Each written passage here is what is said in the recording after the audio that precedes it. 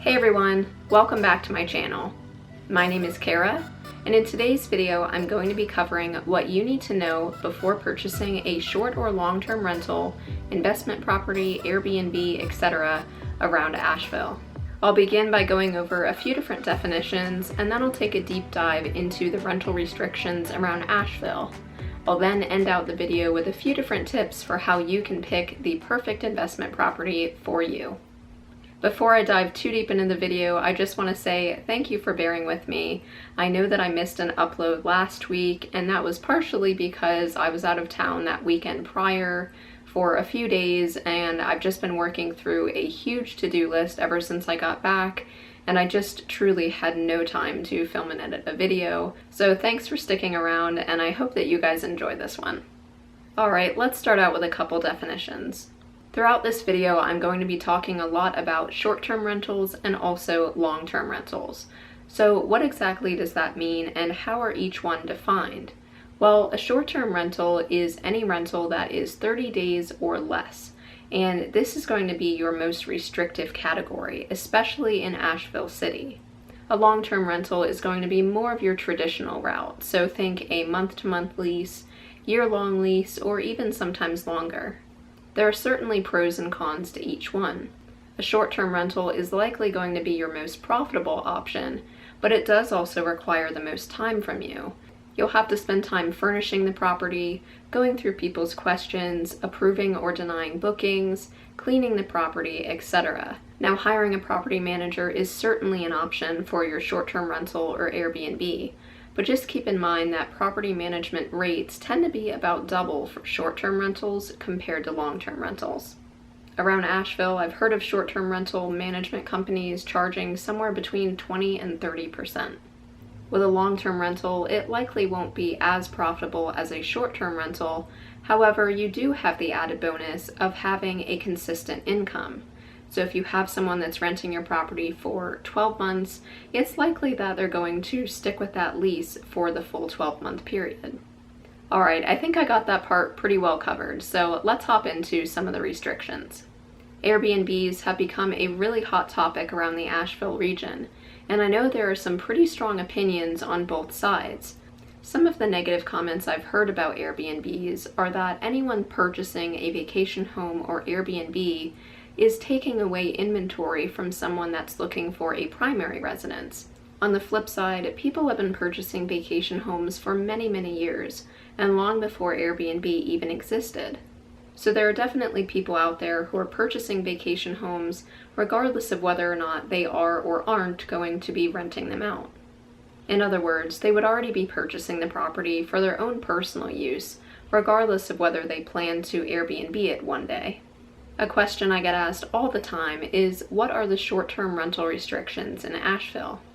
The best rule of thumb is to first figure out if the property you're considering is in the Asheville city limits. If you have a property that's within the Asheville city limits, you cannot rent out the entire dwelling for under 30 days. There are a few key points to this that I want to point out. Those being that this is specific to short-term rentals, as I said, 30 days or less. So this means that you can actually rent a property for the longer term, so maybe a couple months, 6 months, a year, etc. That is most likely going to be allowed within the city limits. Another point to note is that I mentioned entire dwelling. So if you have a home that is your primary residence, you can still Airbnb a room or maybe a walkout basement, and that would still be allowed within these parameters. If you have a separate structure, let's say an apartment over a garage, that would not be allowed to be rented as a short-term rental within the city limits. If you have a property that's outside of the city limits, I would definitely look into any zoning restrictions in that area. Some surrounding towns and HOAs may also have restrictions around this, so there are a few different areas that you're going to need to look to make sure that what you want to do is actually permitted. If you want multiple dwellings on the property, this is another restriction that you and your realtor will need to look into. I also want to touch a little bit on tiny homes, as I know that they are becoming very popular these days. Finding a property that allows a tiny home might be difficult. There are a few reasons for this. If you have a tiny home on wheels, This is going to be called a travel trailer and will be treated the same way as an RV or camper. In other words, it can't be considered a primary residence. What you'll need to do is put your tiny home on a foundation. This will open up your possibilities to a lot more areas. Something else you want to be aware of is that some HOAs do have an architectural review as well as a minimum square footage requirement. Typically, the smallest I see is around 1,000 square feet, which would pretty much eliminate tiny homes. Now that we've gone over a lot of restrictions, I want to mention a few tips that will help you when selecting your next investment property. Before purchasing a vacation rental or a long-term investment property, definitely do your research on the area. If you're looking to do an Airbnb, go on Airbnb and take a look at that neighborhood. See if there are other Airbnbs in the area, what they're going for monthly, and how booked up they are. This will give you an idea of how saturated the market is, or if maybe there's not a whole lot of demand. You'll also want to think about how you can make your Airbnb stand out from others. So whether that's a unique type of interior design, maybe you have a prime location that's within walking distance to shops and restaurants, or possibly you have some other add-ons or amenities. If your property's on the water, maybe you have canoes for your guests to use, or maybe you offer a garden tour. I've stayed at many Airbnbs over the years, and there's one host that really stood out to me. And this person actually asked me what my favorite wine was before I arrived and had it waiting for me on the table. I thought that was really a nice touch. And just little things like that can brighten someone's day and give you a 5-star review. Once you have a general idea of what Airbnbs are kind of going for in that area, it's a good idea to run some numbers. And this is applicable to a long-term investment as well.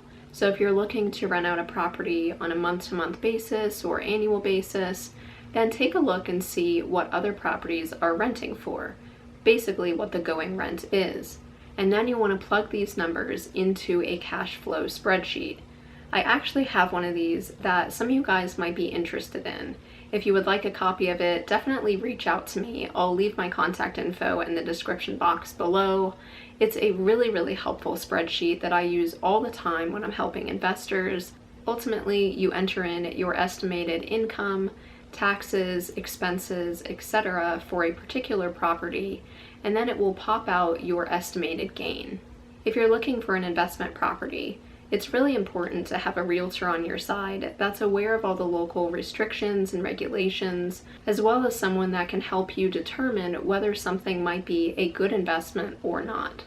If any of you are looking to purchase an investment property around Asheville, certainly feel free to reach out to me. I'll leave my contact info in the description box below. I also have a PDF breakdown of vacation rental restrictions around Asheville. I did not actually create this particular PDF. It's created by the city, but it's definitely a very helpful tool. So if you'd like a copy of that, feel free to reach out to me as well. Well, that's it for today's video, guys. I really hope that you enjoyed this one. If you like this video, definitely consider hitting that like button and leave me a comment below. Let me know what your favorite Airbnb is that you stayed in and what made it so special. Also, don't forget to subscribe and share this video with your family and friends. Alright everyone, I'll see you very soon in the next one.